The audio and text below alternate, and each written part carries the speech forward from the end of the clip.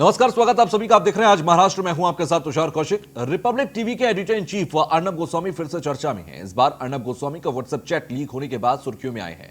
इस बीच Republic TV के editor Arnab Goswami और बार्क के पूर्व सीईओ पार्थ दासगुप्ता की कथित व्हाट्सएप चैट लीक होने के बाद एनबीए ने हैरानी जताई। मामले में महाराष्ट्र के गृहमंत्री अनिल देशमुख ने बताया कि इसकी जानकारी महाराष्ट्र पुलिस निकाल रही है और इसके लिए आगे की कार्रवाई की जाएगी।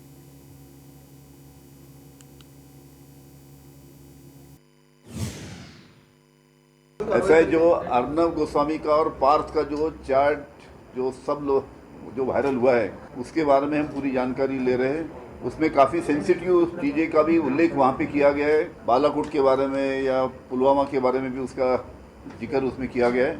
उसकी पूरी मालूमात हम ले रहे हैं कि इतनी सेंसिटिव चीज़ें अर्नब गोस्वामी को कैसे मालूम पड़ी। इस सभी चीज़ों की मालूमात लेके हमने बैठक बुलाई है, इसकी मालूमात लेंगे। और नेक्स्ट तो वे महाराष्ट्र के कैबिनेट मंत्री एकनाथ शिंदे ने बेंगलुरु जाकर मेट्रो के डिब्बे का जायजा लिया। आपको बता दें कि मुंबई मेट्रो के बेंगलुरु के बीएचईएल के डिब्बे बनाने का काम जारी है। अगले हफ्ते यहां बने मेट्रो के डिब्बे मुंबई लाए जाएंगे।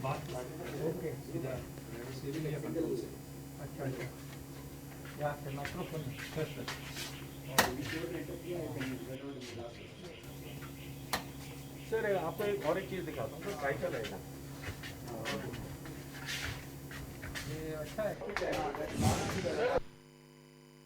मुंबई मेट्रो जो एमएमआरडीए ने यहाँ पर मुंबई मेट्रो और मुंबई एमएमआर मेट्रो के लिए जो 576 कोचेस का ऑर्डर किया है, इसमें से अभी पहला कोच 23 जनवरी को यहाँ से रवाना होगा मुंबई के लिए। और इस कोच में देखने के बाद पता चला है कि ये बहुत ही फुल्ली ऑटोमेटेड सिस्टम से ये बना हुआ है। इम्पोर्टेड कोच है, उसमें काफ़ी डिफरेंस है। ये 8 करोड़ की लागत से हुआ है और बाहर इम्पोर्टेड 10 करोड़ से ज़्यादा। इसमें सेविंग भी हुआ है और काफ़ी फ़ायदा इसमें। तो वहीं नवी मुंबई अंतर्राष्ट्रीय हवाई अड्डे के नामकरण को लेकर राजनीति गर्मा गई है, जहां शिवसेना की ओर से ठाणे जिले के पालक मंत्री एकनाथ शिंदे ने हवाई अड्डे को स्वर्गीय बाला साहब ठाकरे का नाम देने की बात कही। वहीं कोली समाज ने इस हवाई अड्डे को स्वर्गीय पाटिल का नाम देने की मांग की है, जबकि नवी मुंबई के मनसे ने भी इसे समर्थन दिया था। वहीं भाजपा ने इसका विरोध किया। अब इन सभी के बीच एआईएमआईएम के नवी मुंबई अंतर्राष्ट्रीय हवाई अड्डे को बैरिस्टर AR अतुले जी का नाम देने की मांग की गई। पार्टी का मानस होना चाहिए एयरपोर्ट में, ये नाम के नाम से जा रहा है। तो ये हम मांगनी लेके आपके पास आए हुए, आप इस मांगनी पे जरा गौर कीजिए। तो उपासन पे हम लोग बैठने का हमारा कुछ चल रहा है, ताकि वो साहब जो हमारे महाराष्ट्र की जो वो है एडवोकेट, बस यही चाहते थे और उसके लिए आए थे। तो नवी मुंबई अंतर्राष्ट्रीय हवाई अड्डे का नाम बुद्ध भूमि हवाई अड्डा रखने की मांग रिपब्लिकन पार्टी ऑफ इंडिया के महाराष्ट्र सचिव महेश खरे ने की है, जहां एक और बस इस हवाई अड्डे का नाम बाला साहब ठाकरे के नाम पर रखने की मांग मंत्री एकनाथ शिंदे ने कुछ दिन पहले की थी। इसके बाद से ही अन्य पार्टियों ने भी अपने स्तर पर मांग शुरू कर दी है।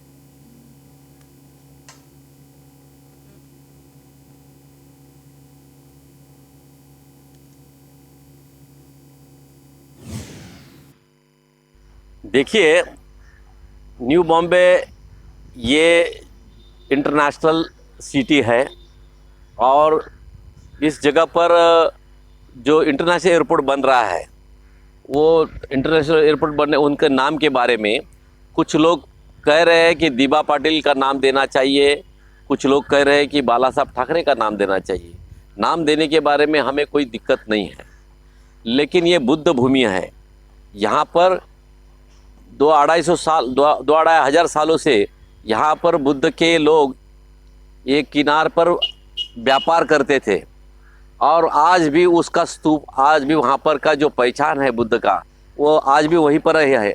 और इसीलिए हम चाहते हैं कि वर्ल्ड ने माना है बुद्ध ही देश के लिए सब उपायकारक है और साइंटिफिक में उसका फ़ायदा हो रहा है। वर्ल्ड में हर कंट्री को बुद्ध ही चाहिए है और बुद्ध जग को शांति का संदेश देने वाला एक तथागत गौतम बुद्ध का नाम है। जब वर्ल्ड ने मान लिया है कि बुद्ध ही सर्वश्रेष्ठ है और बुद्ध ही भारत का एक नागरिक है, बुद्ध भारत से ही भारत के देश में चला गया है, क्यों नहीं हम सब मिलकर बुद्ध नगरी इंटरनेशनल एयरपोर्ट नाम देना चाहिए कि नहीं देना चाहिए? ये लोगों की मांग होनी चाहिए। आज वर्ल्ड ने मान लिया है, हर देश में बुद्ध का नाम है। लेकिन जहाँ पर भारत में उनका जन्म हुआ है, वो भारत में उन बुद्ध का नाम लेने में किसी के दिल में इतनी ताकत और उतनी हिम्मत बनी नहीं पड़ रही है। इसलिए हम चाहते हैं कि हम सब मिलकर, किसी का नाम देने से कोई बड़ा होता नहीं, कोई छोटा होता नहीं, कि एक पवित्र भूमि का जो जिसमें बुद्ध का प्रयास हुआ है, बुद्ध के व्यापार के दृष्टिकोण से इस देश को एक पहचान हुई है बुद्ध के बारे में, और उसका आज भी वो स्तूप वहाँ पर मौजूद है। उसके बारे में हम शुरुआत से संघर्ष कर रहे हैं।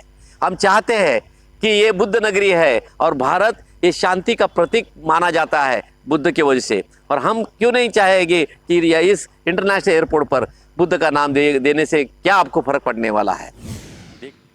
खबर जलगांव से है, जहां पर हाल ही में हुए ग्राम पंचायत चुनाव में रावेर तहसील के बख्शीपुर के अंदर एक युवा उम्मीदवार ने जेल से ही चुनाव लड़ा और साथ ही भारी अंतर से जीत भी हासिल की। बख्शीपुर के अंदर स्वप्निल मनोहर पाटिल, जो पिछले दंगों के संदिग्ध आरोपी के रूप में मार्च महीने से नासिक की जेल में है, तो वहीं उन्होंने चुनाव लड़ा, साथ ही भारी बहुमत से जीत हासिल की, जिसके बाद ग्रामीणों ने स्वप्निल मनोहर को रिहा करने की मांग की है।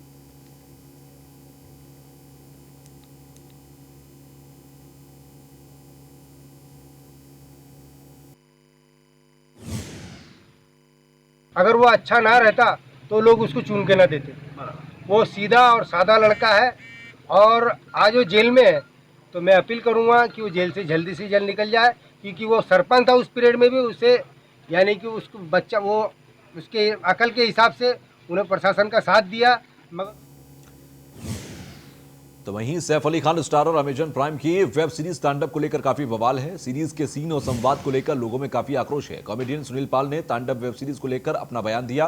उन्होंने कहा कि सीरीज में हिंदू धर्म का अपमान किया गया। अपना काम चलाने के लिए वेब सीरीज के निर्माता इतने निर्दयी बनकर इस तरह के नकारात्मक हथकंडे का उपयोग ना करें, यह अच्छी बात नहीं है। सुनील पाल ने इस तरह की चीजों को बंद करने की मांग की है। तो तांडव को लेकर पूरे देश में इस वक्त तांडव चल रहा है और इसी तांडव के बीच तमाम जगहों पर एफआईआर भी दर्ज की गई है।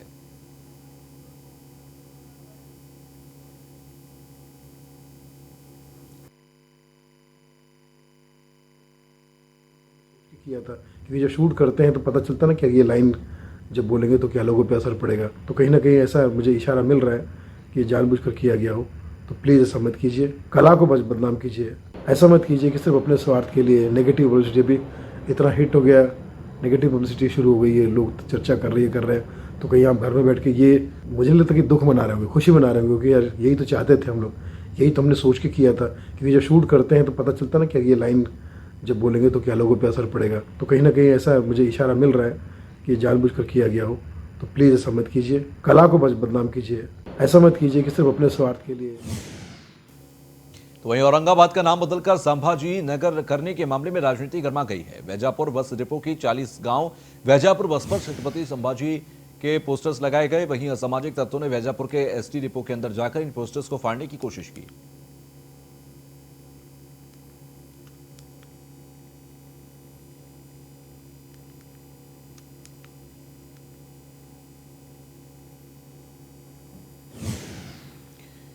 तो वहीं लातूर के उदगीर तहसील में हैबतपुर में अंदर पिटाई में घायल एक शख्स की मौत हो गई, जिसके बाद मामले में पुलिस की ओर से एफआईआर दर्ज नहीं करने पर मृतक के परिजनों ने पुलिस थाने में जमकर हंगामा किया। जानकारी के मुताबिक सैयद शफीक सैयद अहमद का 6 दिन पहले कुछ लोगों से झगड़ा हुआ था, जिसके बाद लोगों ने उसके साथ जमकर मारपीट की, जिसके चलते उसे गंभीर हालत में एक निजी अस्पताल में भर्ती कराया गया था। इलाज के दौरान उसकी मौत हो गई। वहीं पुलिस ने मामले में 4 लोगों के खिलाफ मामला दर्ज कर जांच शुरू कर दी है।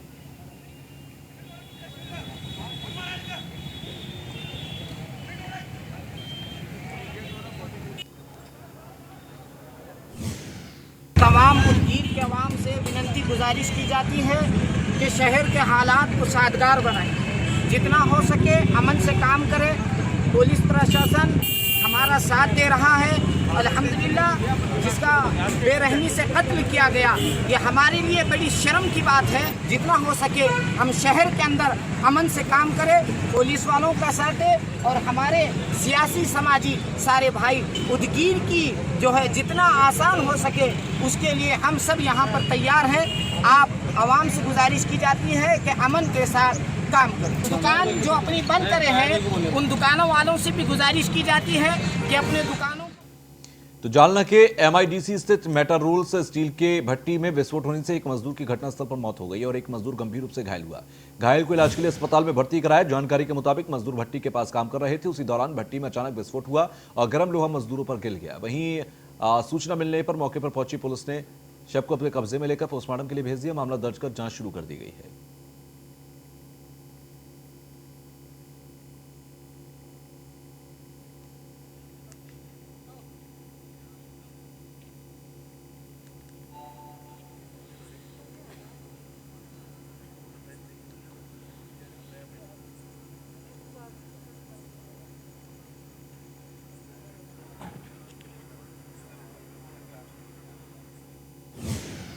भिवंडी के अंदर तेज रफ्तार कार ने एक बाइक को टक्कर मारी, जिसके हादसे में बाइक सवार युवक गंभीर रूप से घायल हो गया। घायल को इलाज के लिए अस्पताल में भर्ती कराया गया। हादसे की सूचना मिलने पर मौके पर पहुंची पुलिस ने कार चालक के खिलाफ मामला दर्ज कर आरोपी कार चालक की तलाश शुरू कर दी।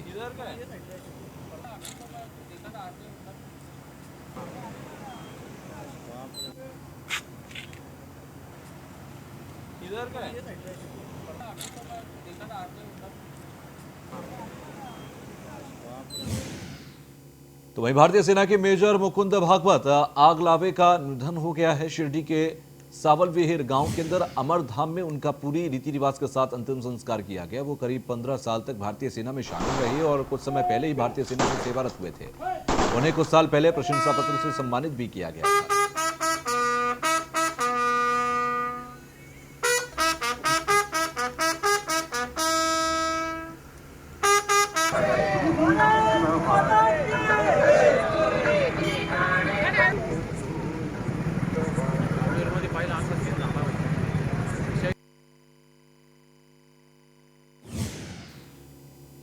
तो वहीं पनवेल नगर निगम में वैक्सीनेशन के साइड इफेक्ट देखने को मिले हैं। पनवेल में 200 स्वास्थ्य कर्मियों को वैक्सीन लगाई गई, जिसमें 11 कर्मचारियों में वैक्सीन के साइड इफेक्ट देखने को मिले हैं। मुख्य चिकित्सा अधिकारी ने बताया कि टीकाकरण के बाद इस तरह के हल्के साइड इफेक्ट का होना स्वाभाविक है।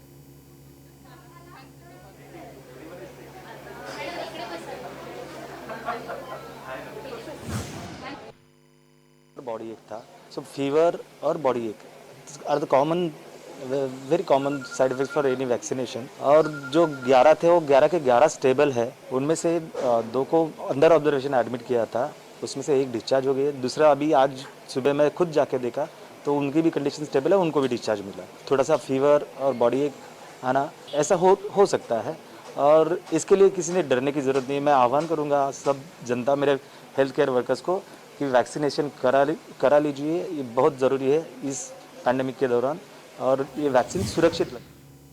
तो महाराष्ट्र के अकोला जिले में दूसरे चरण के अंदर 45 वैद्यकीय अधिकारी और कर्मचारियों को वैक्सीन लगाई गई। अकोला के जिले महिला अस्पताल में, सरकारी अस्पताल, कॉलेज और ओजोन अस्पताल में ये टीकाकरण शुरू हुआ। इस बीच पहले टीकाकरण में 2 लोग प्रभावित हुए थे। हालांकि उनका स्वास्थ्य अभी अच्छा नहीं है और चिकित्सा अधिकारी भी देखरेख में है।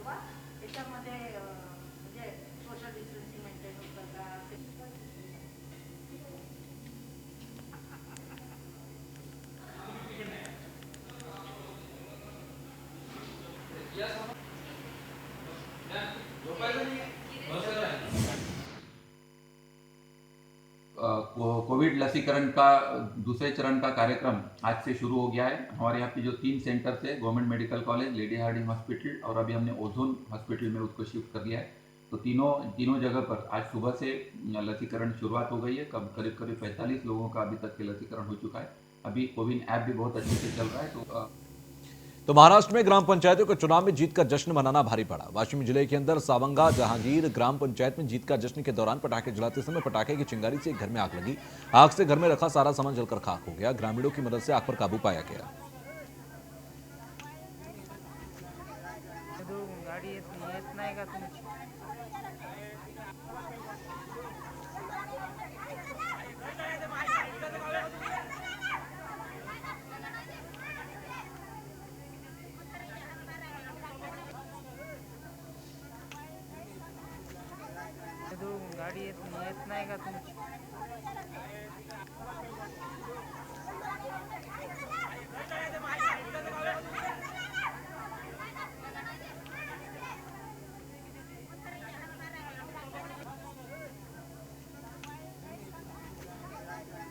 गाडी येत नाही का तुमची?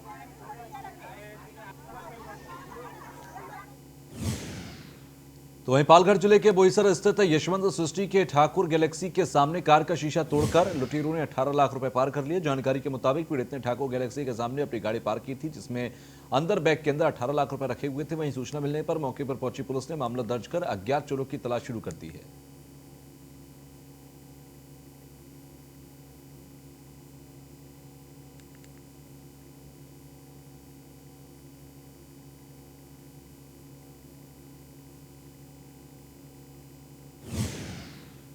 तो धुले जिले के अंदर चोरों के हौसले बुलंद हैं। चोरों ने एसडीएम के घर को अपना निशाना बनाया और घर से लाखों का सामान चोरी कर लिया। इस दौरान एसडीएम और उनका परिवार रिश्तेदार के यहां गया हुआ था। वहीं चोरी की सूचना मिलते ही पुलिस अधीक्षक चिन्मय पंडित, अपर पुलिस अधीक्षक प्रशांत बच्छाव मौके पर पहुंचे।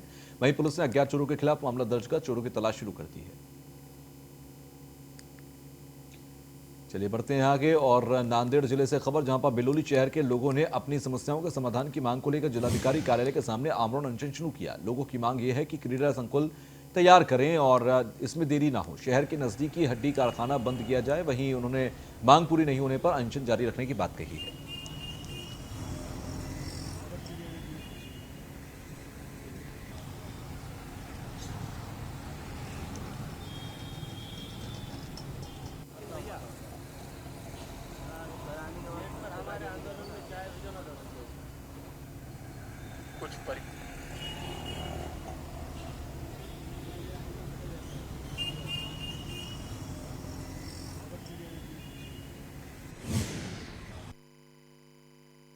और बिलोली शहर के नागरिक सुविधा की वजह की जो मांग है, जो घरकुल है, घरकुल को करोड़ों रुपए दिए गए मगर उनको रेती नहीं दी जाती, ये बहुत गलत है। और दूसरी बात, बिलोली शहर में क्रीड़ा संकुल मंजूर किया गया है मगर उसकी निधि रहने के बावजूद भी वो काम पूरा नहीं हो रहा। और दूसरी बात बोलो तो बिलोली शहर के आजू बाजू परिसर में जो हड्डी कारखाने बढ़ने वाले हैं, उस वजह से लोगों को जीवित हानि हो सकती है। ये सब मांगे मैंने बहुत दिनों से मैं लेखित स्वरूप में दे रहा हूँ मगर ये हो रहे नहीं।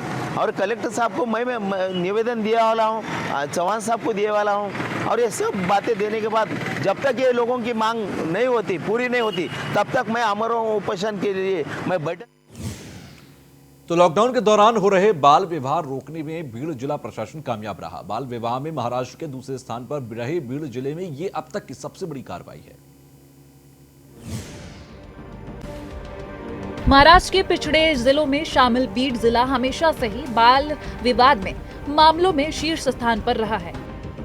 भ्रूण परीक्षण, सूखा जैसी कई समस्याओं से जूझ रहे बीड़ जिले में मार्च 2020 से लेकर दिसंबर 2020 तक जिले में 68 बाल विवाह रोके गए हैं। हमारे बीड़ जिले में लॉकडाउन के पीरियड में 64 बाल विवाह हमने बाल कल्याण समिति, चाइल्ड लाइन, हमारे जिले के कलेक्टर महोदय, सभी तालुके के तहसीलदार महोदय, ग्राम सेवक, जिला महिला बाल विकास अधिकारी कार्यालय और सभी गांवों के ग्राम सेवक और आंगनवाड़ी कार्यकर्ती, इनके सहकार्य से 64 बाल विवाह हमने रोके हैं। जिला प्रशासन ने एनजीओ की मदद से अब तक 68 बाल विवाह रोके हैं। 68 में से 3 मामलों में पुलिस ने एफआईआर दर्ज कर दी है। वहीं 68 मामलों में प्रशासन और एनजीओ ने संबंधित परिवारों को चेतावनी देकर उनकी काउंसलिंग करके उन्हें नोटिस भी दिया है। ग्राम पातली पर इसके आगे जो लॉकडाउन के पीरियड के बाद जो बाल विवाह होने वाले हैं, जो भी कुछ बातें हैं, उसके संदर्भ में हमारे तालुका संरक्षण अधिकारी, इनके मदद से गांव-गांव में हमारी जन जागृति का काम जारी। आरोग्य मंत्रालय की ओर से किए गए सर्वेक्षण में महाराष्ट्र में सबसे अधिक बाल विवाह परभणी में होते हैं। तो वहीं बीड़ जिले में हर साल 42% बाल विवाह कराए जाते हैं। कोरोना के काल में बड़े पैमाने पर बाल विवाह हुए हैं। बाल विवाह रोकने के लिए जिले में 950 बाल संरक्षक समितियां बनाई गई हैं, लेकिन सिर्फ 68 बाल विवाह रोकने में प्रशासन और एनजीओ कामयाब हुआ है। न्यूज़ 1 इंडिया के लिए बीड़ से रोहिदास हाथगाले की रिपोर्ट। तो वहीं वातावरण फाउंडेशन ने खारघर के अंदर कृत्रिम फेफड़े का बोर्ड लगाया है। खारघर शहर के वातावरण फाउंडेशन की ओर से खारघर उत्सव चौक में कृत्रिम फेफड़े के लक्स बिलबोर्ड का निर्माण किया गया। इलाके की दूषित हवा को बाहर निकालने के लिए इस बिलबोर्ड के पीछे पंखे लगाए गए। कृत्रिम फेफड़े का बोर्ड हर समय वायु गुणवत्ता दर्शाती है। वायु की गुणवत्ता के हिसाब से फेफड़े धीरे धीरे रंग बदलने लगते हैं।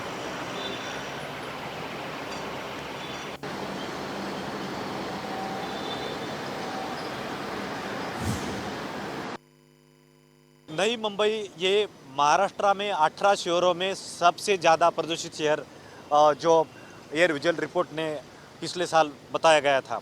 तो हम देखते हैं कि पूरे नई मुंबई प्रदूषित है। जब हम अभी ये बोर्ड पर लिखा है कि जो हवा है 50 के नीचे होगा तो ही वो हवा स्वच्छ है, साफ है, लेकिन आप जब यहाँ पर देखेंगे तो 129 के ऊपर है, मतलब 2 से 2.5 गुना हवा